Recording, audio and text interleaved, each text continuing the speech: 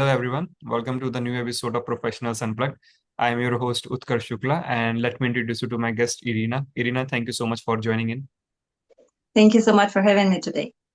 Thank you so much, Irina. So let's start with our very basic question. Can you please introduce our audience about yourself, like who you are, what work you do, anything you want us to know about you? Yes, of course. It's not an easy question, right? Because the formal things are that I'm 40 years old. I'm currently in Brooklyn, New York. I've been living in New York for 9 years already. I'm from Moscow, Russia, originally, and I'm currently working as a brand ambassador and a promo model at an event agency. Yeah, sometimes we do promotional jobs. Sometimes we are doing like check-in attendant jobs and usher jobs and some others jobs which are they are good jobs, but they're for younger people. Yeah, and my occupation is speech therapist. I was studying at Moscow City Pedagogical University, and then I worked with at a daycare center with children who had severe disabilities, such as mental disabilities and autism, and of course, speech disorders, severe speech disorders. Yeah. But I didn't have an opportunity to pursue my career here in New York. Yeah, that's how it worked.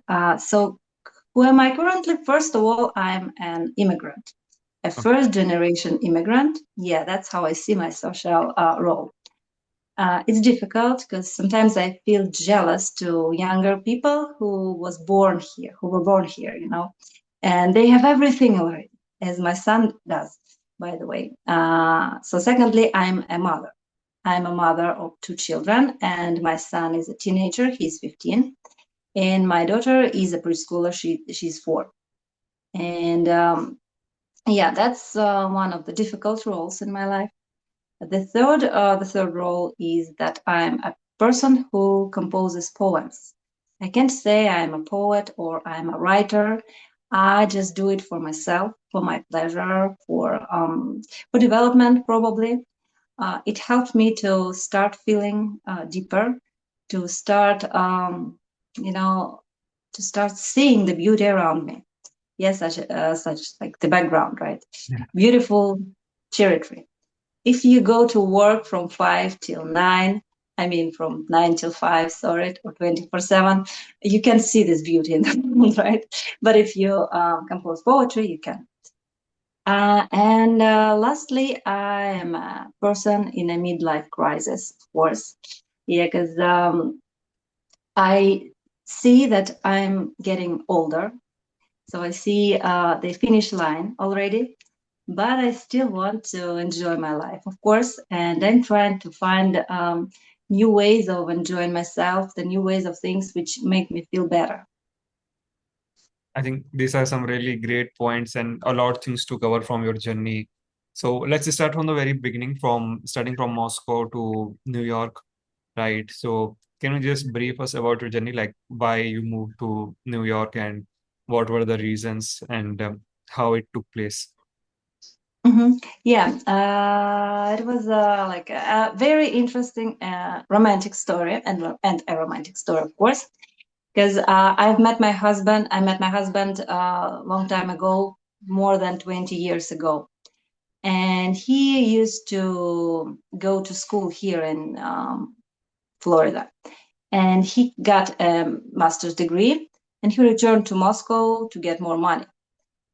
He met me, so we met, and some we even started dating. And then he decided to return here, and he asked me to go with him. But for some reason, I mean, I had my reasons because I was working hard, I was working on my postgraduate degree, and it was crucial for me to finish it, to complete it, and to start my life like in a new role as like a scientist, yeah, something like that. But I failed. I was not able to complete it. It was not because of me, or probably it was because of me. I was not persistent enough, And I don't want to blame people around me for this, like my scientific advisor. It's like, no, it was totally my fault, but I didn't complete it. And after, I guess, 4 years, it was 4 years of trying, of moving back and forth, of traveling back and forth with my son. By that time, we had already a son together. And finally, at 2015, I decided that I want to move to New York with him, and to make our family feel, completed, to feel it full, yeah, and to make it happy finally. That's really great. And then I think you would, as you discussed about the other part, you are working with children and other part. So can you just tell us like how difficult it is to handle situation where you are dealing with children or people having autism or speech problems, and how is your approach towards solving those things? Yeah, of course, speech problems are the easiest ones. Because when a child can't just simply speak, he can't talk, he has only like some temporary condition, I guess, which can be improved by classes, by exercises, by even treatment, some medical treatment.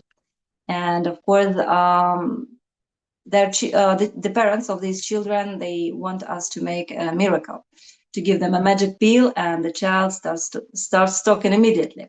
But in most of the cases, it ends well. So child starts talking, and he or she goes to normal school. In case of mental problems, it's a bit worse, but eventually a child also can go to school. He can be socialized. He can find his way. Yeah, but talking about autism is, in my opinion, it's the most difficult one, because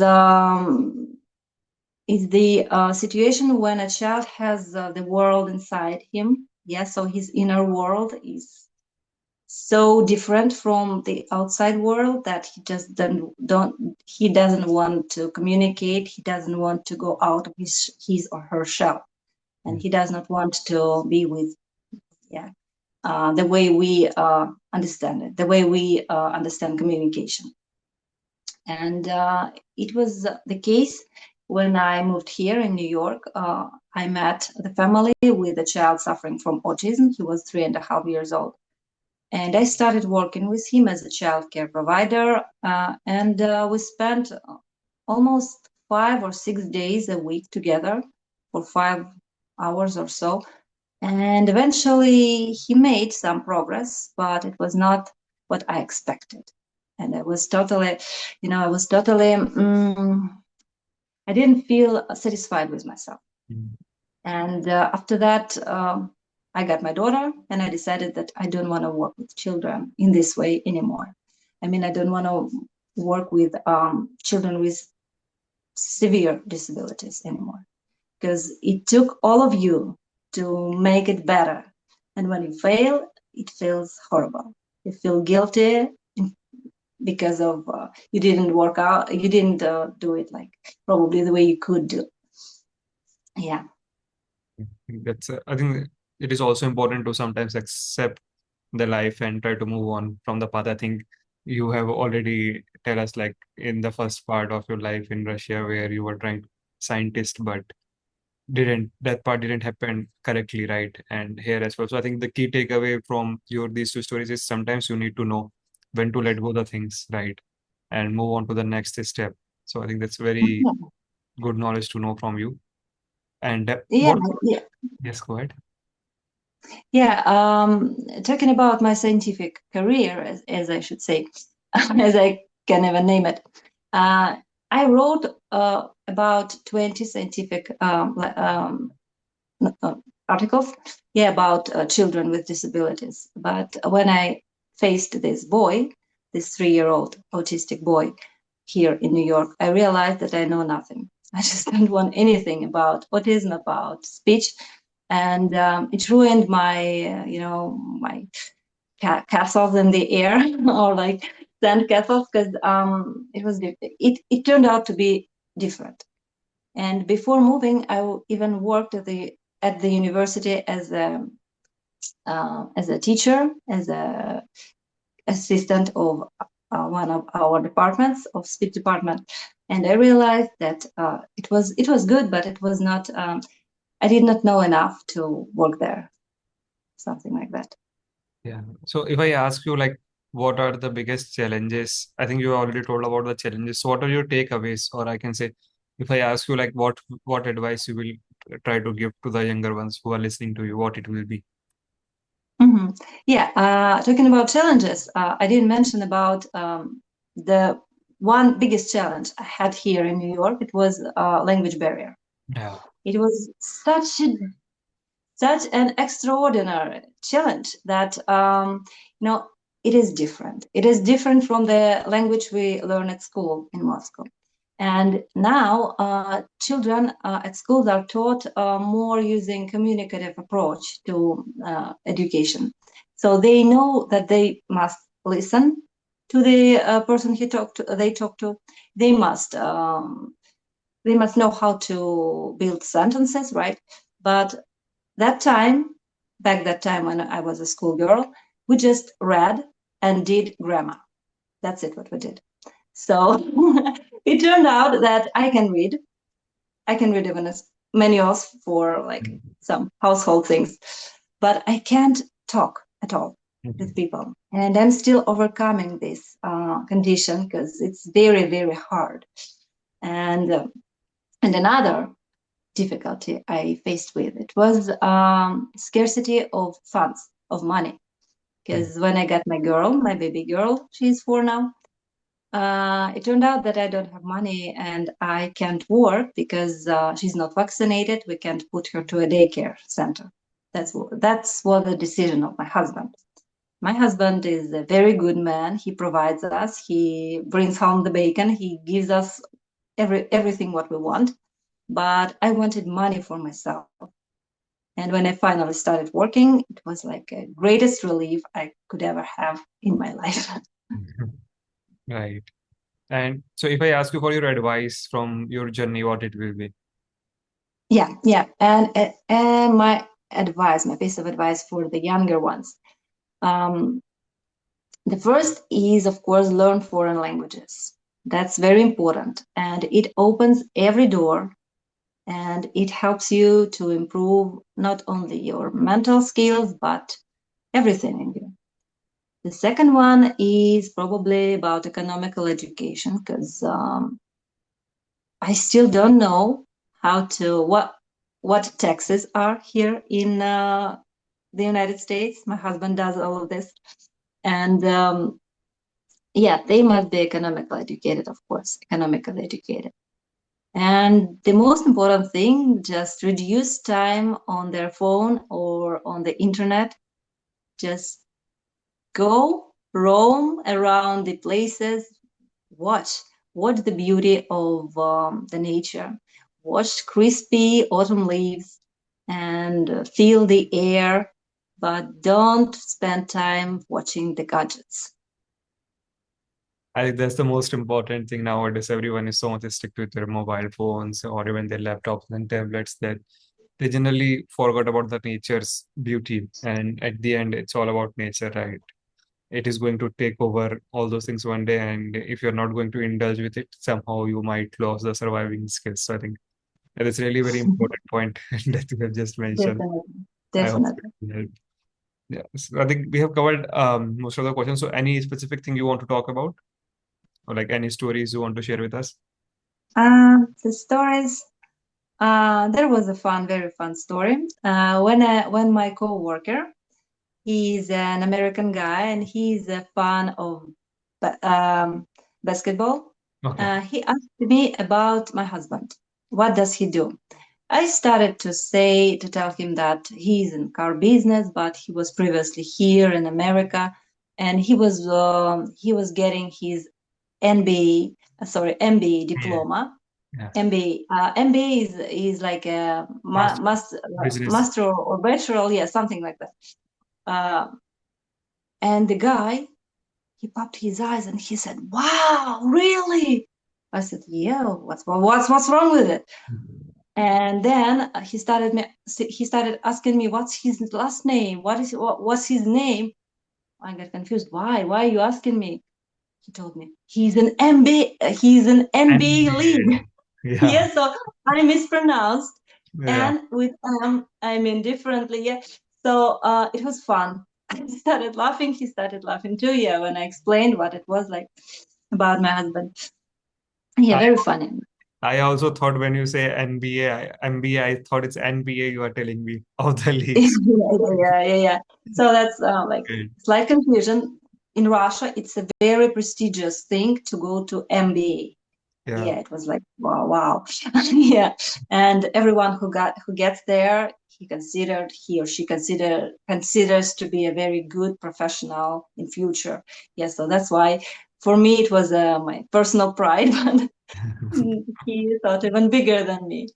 Yeah. Right. And if I ask you about your dream right now, what is it? Yeah, I don't dream about material things. I don't dream about a house because I don't know actually how to do housekeeping in the whole house. Yeah, and I hate chores. That's why I don't need a house. I could say I want a dog because the dog is the symbol of loyalty, the symbol of love. Yeah, but I'm very scared of responsibilities. I'm scared and I don't want to deal with it because if something happens with my dog, I will feel guilty. So that's why I don't want to do. But what I want to pursue my teaching career in future here in New York, finally. So I have a teacher assistant diploma here and sorry, certificate, teacher assistant certificate, not a diploma. And I could go to school and start already, but I can't do this because of my daughter. She wants me to be with her all the time. And until she goes to school, I can't do this and she can't go to daycare, as I said. Yeah, and yeah, it's the first thing. The second thing is about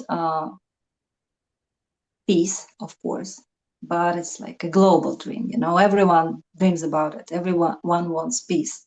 Yeah, in the whole world, especially between Russia and Ukraine. That's my greatest dream because even people who live here like for a long time, they stopped saying hello to me after the things which happened. Yeah, so I understand how they feel. So that's why I don't feel bad about it. I understand. Yeah. Yeah, and I understand that thousands and millions of people kill one another every day, and it considers to be normal. Yeah, so and that's why I wanted it if it could come true one day. Yeah, I think we all hope for the peace and to have the peace in the world, a world free of Yes. war and killing. So yeah, hope for the best. So Yes. thank you so much, Irina. I think it was really a wonderful experience knowing your journey from Moscow to Brooklyn, New York, and it's really amazing points that you have mentioned. I hope it will help a lot of people to gain more knowledge from you. Thank you so much for sharing your journey. Thank you so much for having me today. Thank you. Thank you.